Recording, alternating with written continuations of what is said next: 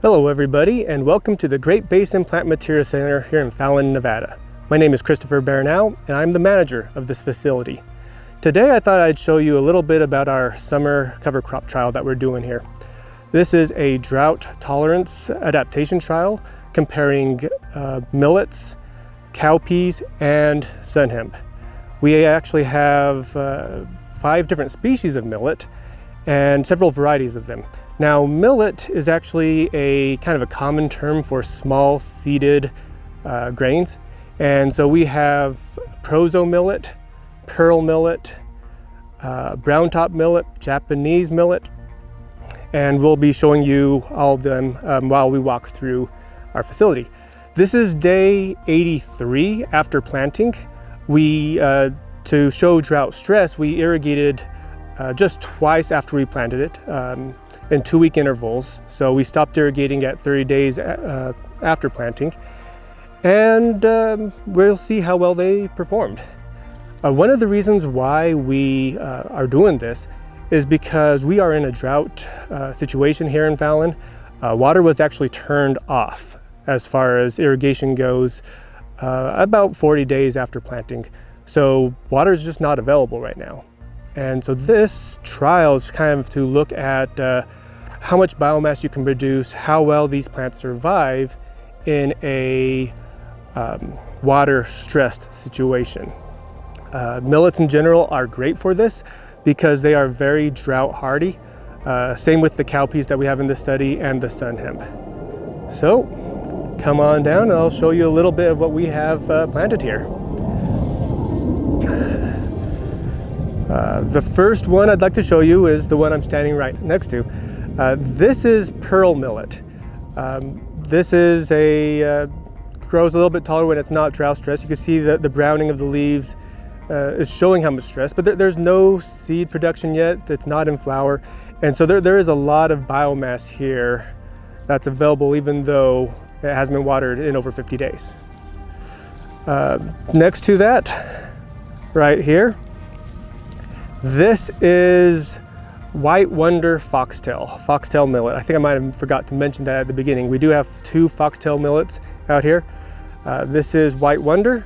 Next to it, without any flowers here, this one is German foxtail. 2 different varieties of foxtail millet. You can see that since this is not in flower at all, I actually prefer this as a cover crop because typically once you get about 50% flower, you want to terminate the cover crop so that it doesn't seed into the next season. So German foxtail hasn't done that yet, whereas White Wonder, it has gone to seed. Another thing to mention is that all of these are very frost sensitive, and so the first frost is going to be coming here in about the next 2 weeks, anytime in the next 2 weeks. And so that is our termination strategy. Come on down. This next one here, you can see that it is dry, the seeds are all mature, and it's actually dropping those seeds. This is White Prozo. White Prozo hit its 50% flower at about 35 days after planting. This is great if you are a grain producer. This is not very good if you're looking purely for biomass as a cover crop. And since that's what we are specifically looking for here, I'll probably discontinue this in the second year of this trial. But it is interesting that it, just after the second irrigation, it went to flower, produced it, and it uniformly went to seed. And you can see in the distance where the White Prozo is. See here. Another thing about pearl millet, and that's again this here. So we replicated the study 4 different times, and so there's as we go down here, we'll see replicated plots of the same thing. So this is another pearl millet. You can tell that with the way it's gone to seed. One of the things we're looking at is that how much biomass it produces. This pearl millet tends to have deeper roots, and we have a shallow water table out here.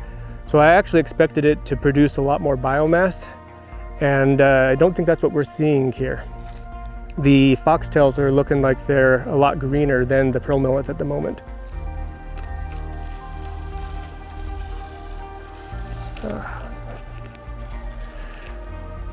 So this one here, you can see how it's all tipped over. That's lodging. That's a bad thing for the plant to have.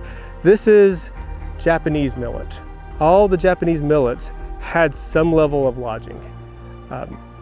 And so that's problematic if you're trying to get more biomass and more seed production. Causes are maybe we planted it a little bit too dense, or maybe there was a little bit too much nitrogen available to the Japanese millet and it just grew too fast to support itself. So that's something we're looking into here. Not too impressed with Japanese millet.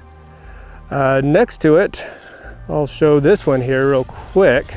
This is brown top millet. It all went to seed probably around 50 days after planting. A little after it did that, it started lodging and falling apart.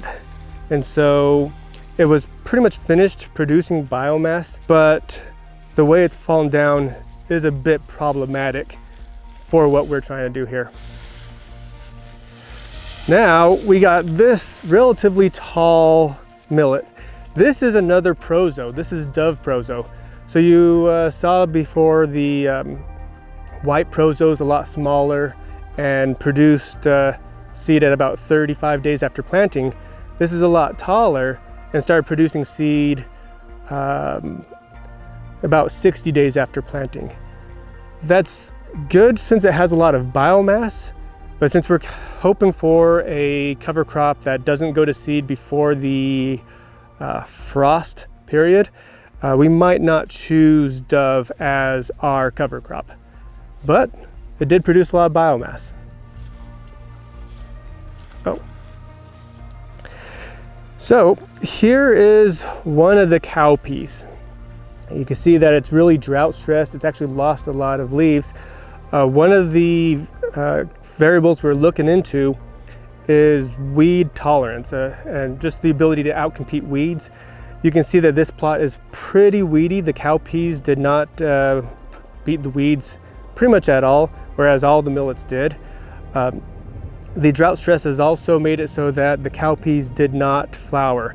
There are a few pods here or there, some cured out and dried, so we have passed the time where the cowpeas typically flower, but it's too little water for it to really perform, and so there's really not much in the way of seed production on this.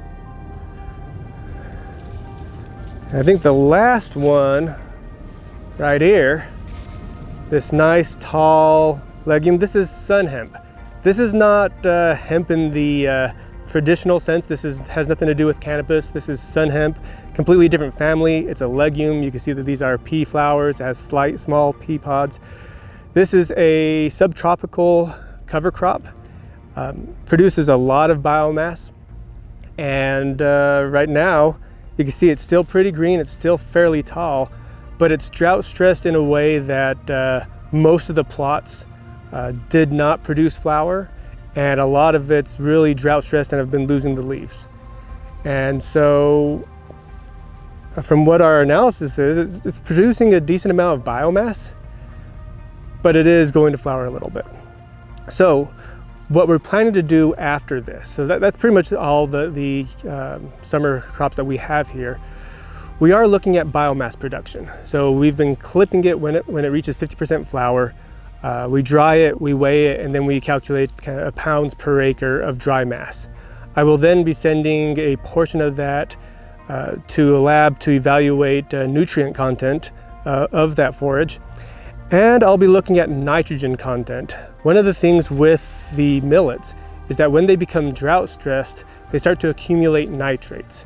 And if there's too much nitrate accumulation, that can poison livestock. And so I'll be looking into nitrogen content to see if there is a nitrate problem to be aware of. Besides that, we have the cover, we have the biomass, and we know that we haven't watered in 50 days. So this is what we're doing. Thank you.